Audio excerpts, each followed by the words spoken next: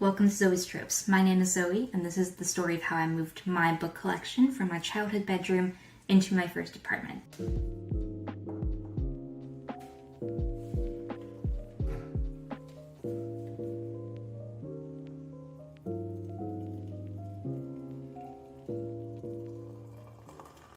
Until a month and a half ago, I lived with my family, but it's been about time for me to move out for a while now, and so I did. One of the first questions I had to answer about this move was how best to organize my book collection. So here's a peek at the old bookshelf. On the left of my desk, we've got 20th century books at the top, 21st century fiction, contemporary nonfiction, poetry, graphic novels at the bottom. And on the right, it's everything originally published before 1900, as well as academic reference titles, academic nonfiction, textbooks. Logic being that because I'm right-handed, I could just reach over to get books that I needed for school instead of having to get up and go find them. I think one of my strengths is that I have the ability to make productivity lazy.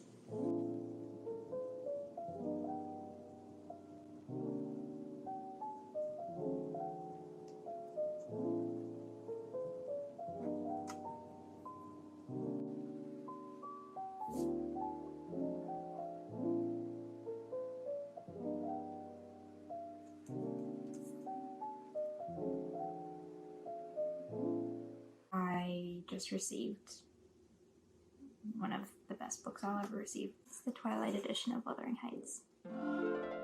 This is the Harper Teen edition of Wuthering Heights from 2009, and the only thing Twilight about it seems to be the design of the front cover, which matches the, what is it? The first one's like the apple. However, this edition does have a quiz at the back. Are you destined for tumultuous love, like Catherine Heathcliff? And I have a pencil, and I'm ready.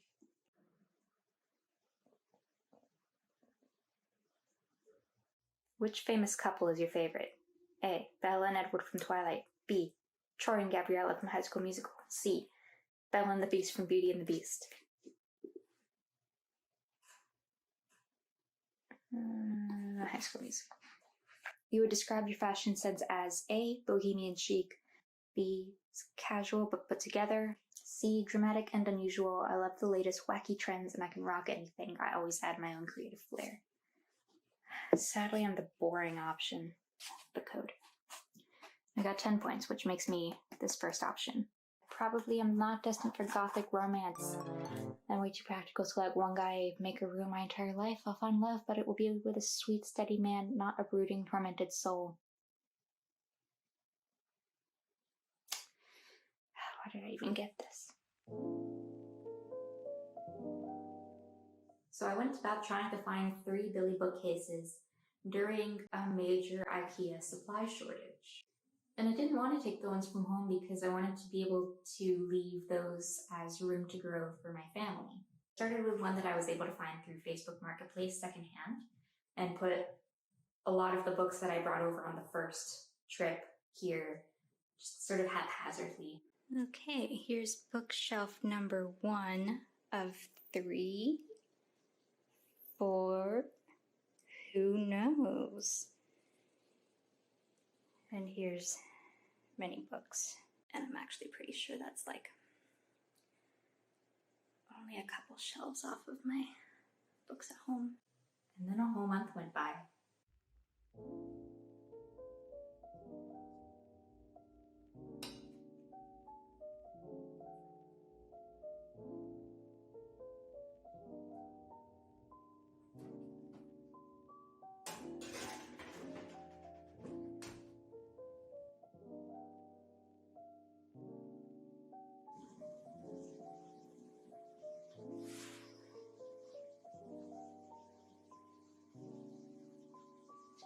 Oh yeah, that's good.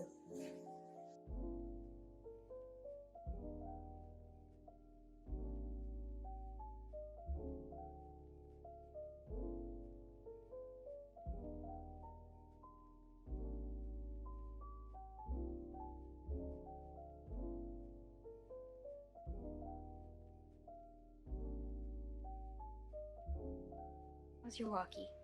Good?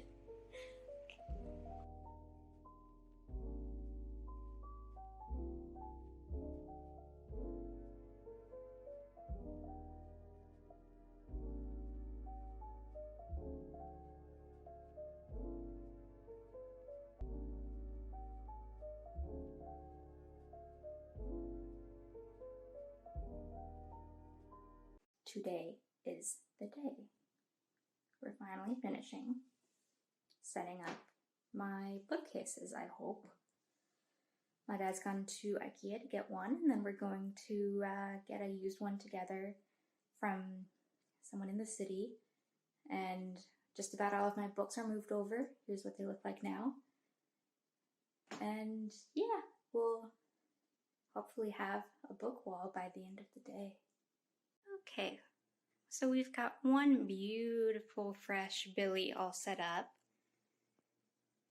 And then we have the one we bought secondhand. It's a little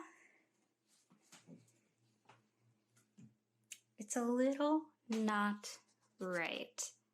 And they're all kind of shimmed together with some felt bits to keep matching. Oh my god, look at how much space there is between the backing and the board. I can fit my whole finger in it. Okay, so we've gotten started. I just sort of put things vaguely where they're gonna go. I've mostly finished this leftmost shelf and just need to finish up the middle shelf, and I'll bring in the rest of the books for the last shelf.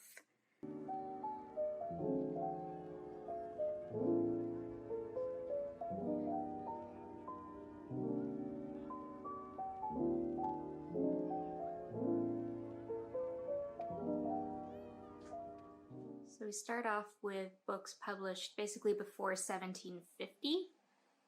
So that's, for me, the Odyssey to Adam Smith. This is the shelf of what's just very generally the Romantic period. Do some of the Gothic classics, and the earlier publications through the mid-period, and the Brontes, which, you know, may or may not be the Romantic period, depending on who you ask. Frankenstein, I'd say, is my favorite book of all time. And I have a lot of different editions collected here. This is the one that I read originally. This is the Wishbone edition, yes, the dog. And this is a beautiful copy of the manuscript edition of Frankenstein. And then down here we continue with the 19th century, mostly the later 19th century, the Victorian period. We've got some Dickens here, some anthologies. Here's 20th century literature.